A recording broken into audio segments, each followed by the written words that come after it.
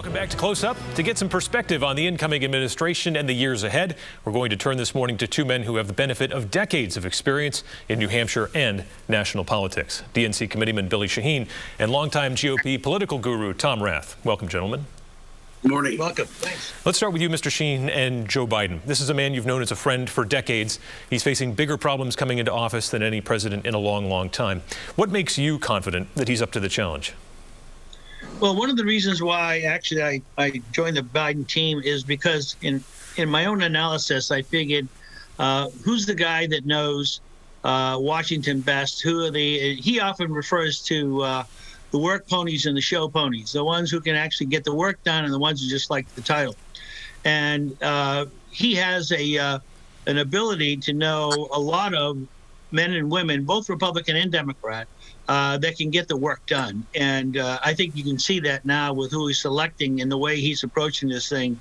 He's off running, and which is the same reason why I support him, because I thought that this country was going to be in such a mess that you needed somebody who could really knows how to work down there and get the job done. Mr. Rath, you took your GOP hat off to vote for Joe Biden. What's your perspective on the qualities he brings to the Oval Office? Well, I've known him not nearly as long as Billy, but I've known him a long time. I've always respected his decency, his integrity, how he treats people with respect, and that he stands for a lot of things that are very, very good, that are not terribly partisan. I got to know him fairly well when David Souter was going through confirmation for the United States Supreme Court. And then Senator Biden was chairman of the Senate Judiciary Committee. And it was a moment when he could have done a lot of, partisan politicking, but just the way he treated David and the staff and all was so decent and so kind. We need somebody like that. We've had a very, very tough few years here with someone who didn't have those qualities. And so I thought it was very important to, when Senator Biden came, or Vice President Biden came along, that I not say anything. I felt very strongly about it. The call for unity coming from President Biden. And Mr. Shaheen, so often this ends up just being empty platitudes, but now in the wake of the Capitol attack, there's really a thirst, I think, for something getting back to that. But the political system these days doesn't necessarily reward anything but partisanship. So how does unity work, Mr. Shaheen, in this new politics? Well, I think that, I just want to go for a second there. When Lindsey Graham had John McCain as a close friend and advisor, he said about Joe Biden that God has not made a person as good as Joe Biden. And I agree with what Tom has said. Joe Biden's going to do what he thinks is right. He's not going to just be all straight politics and all straight Democrat. He's going to do what he thinks is right, because he didn't spend all this time and all this effort in his lifetime to throw it away just being partisan. So I think he's going to try to bring us together as a people and to appeal to our better angels. To do the things that we need to do and to be kind to each other. And I think that that's the way he is, and no one's going to shake him off of that platform, because that's who he is. And Mr. Rath, the experience factor is there for Joe Biden. He's been in Washington for decades, but will he be trying to pull levers of power on a machine that is just fundamentally broken? Well, I think that's a good question, Adam. I think we have to take a look at the dysfunction in Washington, and it's easy to be partisan, but I think it goes beyond partisan divisions. It has a lot to do with how money is raised in campaigns and who owes what to what special interest group, who can dictate the agenda on any given day. I like the idea of having someone who comes in who can overstep that kind of pressure and say, look, this is it for me. I'm going to do what I right, and if something happens, so be it. It's very hard to get around the influence of special interest money and the tremendous costs of running for office and the stake that people have who donate money to how you perform. I think Joe Biden, and we've had it here, obviously Senator Shaheen is one who I highly respect as well, can say, look, I'm going to do what you're giving me money for to run for an office. What you're going to get in return is somebody who acts in the best interest of our state and of the country. And I think don't expect anything more, because you're not going to get it. And I think that's true with Vice President Biden. Now I get so many titles. President Biden that way. He is always impressed me as someone who thinks about that bigger picture than what's just in his narrow good. Now let's stay with you, Mr. Rath, and talk more about the two-party system and the Republican Party. What do you see as the future for the GOP? Can it extricate itself from Trumpism? Well, that's going to be a great story, Adam. I don't know the answer to that, and I'm not terribly confident of where we're headed. The party has divided really into old line Republicans, and I'm the oldest of the old line Republicans, and a Trump faction that is loyal not to the Republican Party, but to Donald Trump. I think a great example of someone who's been able to bridge those gaps is Governor Sununu. And I think we need to rebuild in that image of someone who has a rather distinct ideology, but still is welcoming and considerate and understanding of other issues. The Trump group does not have that. They are one way and one way only, which is in the veneration of an individual who I think it proved to be a very poor president. We got to break away from that, and it's not going to be easy. And Mr. Shaheen, in terms of sort of the gravitational pull of politics, does the Democratic Party need a Republican Party that is sort of together, whether it's between Trump or something else and based on the original principles?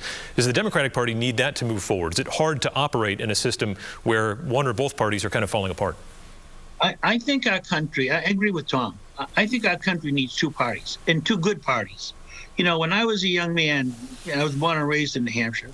When I was a young man, even though the Republicans won, you always knew you were going to be okay, because they may have thought a little bit different on this issue or that issue, but you knew that their intentions were good, and you knew they were honest, and they were going to do the best job they could. Stiles Bridges, Norris Cotton, you know, some of the great ones that I knew when I was growing up, Jim Cleveland. You know, that's what we need back. I want the Republican Party in New Hampshire to be strong, but I don't want the Trump Party to be strong. I think that we need two really good, solid parties that have the best interests at heart for all of us, Democrats and Republicans. And staying with you, Mr. Shaheen, you know, President Trump did pull on some of those core Democratic constituencies. You talk about working class voters, union members, a lot of them crossed over to vote for him. So how do Democrats win them back? Well, I think with jobs, the biggest thing we can do for everybody in America, Democrats and Republicans, is to start getting some really great jobs, good jobs that we can so everyone can take care of themselves. You know, my wife was raised in a Republican family, and her father used to say to her, the best thing you can do for any American is to give him a good job so he can take care of himself and his family. He'll take care of the rest. You don't need to do other things. So it's the idea of we need to concentrate on good jobs so people can have the dignity they need to provide for their family and to have something extra. And that's what we have to concentrate on. Democrats and Republicans, that's what we have to do to make America. Let's talk a little bit about first in the nation status for New Hampshire and start with you, Mr. Rath. In a strange way, President Trump came to dominate the Republican Party, but he has also probably elevated New Hampshire's status because this is where he won first, and any Republican coming after him is going to want to claim that mantle. So what's your perspective on the first in the nation status going forward for Republicans? Well, I can tell you, having been 10 years on the Republican National Committee, it's never a settled question. It will come up again as they discuss the calendar going forward, and we have to continue to be very, very vigilant about it. I think Trump did well here twice in the primary, or the last time in the primary, mainly because he galvanized, moved a core group of Republicans, and the other, and his top was about 35%. So the other 65% got split among a whole lot of other folks. One thing we may have to think about, and I don't know how you do this, is have a little bit of thinning of the field so we don't have so many people, and then he has either Trump himself or a Trump-endorsed candidate. I don't know how that's going to play out. But what's tended to be is that the moderate, centrist, traditional Republican vote has tended to splinter among a number of candidates, while the coalescing of the anti-centrist vote, the Trump vote, has been all around one person. I'm not sure that can happen without Trump himself being in this. And I'm not sure what kind of a candidate Trump will be after 3 or 4 years where he's not been the president and some of the things he's done have been discredited. But the center has really got to get his act together and move together in a smaller group of people in order to engage the party and B, the state. And Mr. Shaheen, on the Democratic side, you've got a complicated problem to solve in that President Biden didn't have the most positive experience here in the New Hampshire primary. He's going to have a big say, obviously, in what the calendar looks like moving forward. How confident are you that you're going to be able to convince him to keep New Hampshire first? Well, I think I have a great argument. And the argument is that we had like 20 candidates running in New Hampshire. And what New Hampshire did, although it didn't select who the president was going to be, it certainly winnowed out the field.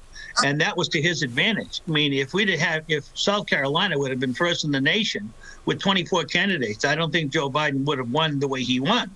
I think I've got a strong argument to say that New Hampshire did its job. Didn't pick who was going to be the president, but it certainly cleaned out the field significantly, so that by the time you got to South Carolina, you could figure out which person you wanted. And we did our job. And I don't think that New Hampshire should be the state that picks the winner, but certainly does its job in saying, you ought to look at this person, you ought to look at that person, and look at the people we picked. You know, Pete Buttigieg and Bernie Sanders and Amy Klobuchar, all great people. We said, you ought to take a second look at these people. So I think I can argue that New Hampshire did its job, and Joe, you should try it again. New Hampshire deserves to be first in the nation. As we just wrap things up here, I've got to ask, if we went back in a time machine and I asked you guys in the early 1990s, if I told you you'd both be supporting the same presidential candidate and that candidate would win, what would you say? Well, first of all, I would have had hair, but I mean, not to be overly sycophantic here, but Bill and I have always tended to be kind of centrist in our parties, and I don't know that it's the candidate you support, but rather that candidate's ideas, approach to governing, how that person cares about the people that they would lead. I think that's always been pretty close, and I'm not sure we would differ very much on that even way back then, although I can't remember where I put my keys this morning. All right. Well, we've got to wrap things up. Gentlemen, thanks so much for your time. We appreciate it on Close Up. Thank you. Enjoyed it, Adam. Good to see you.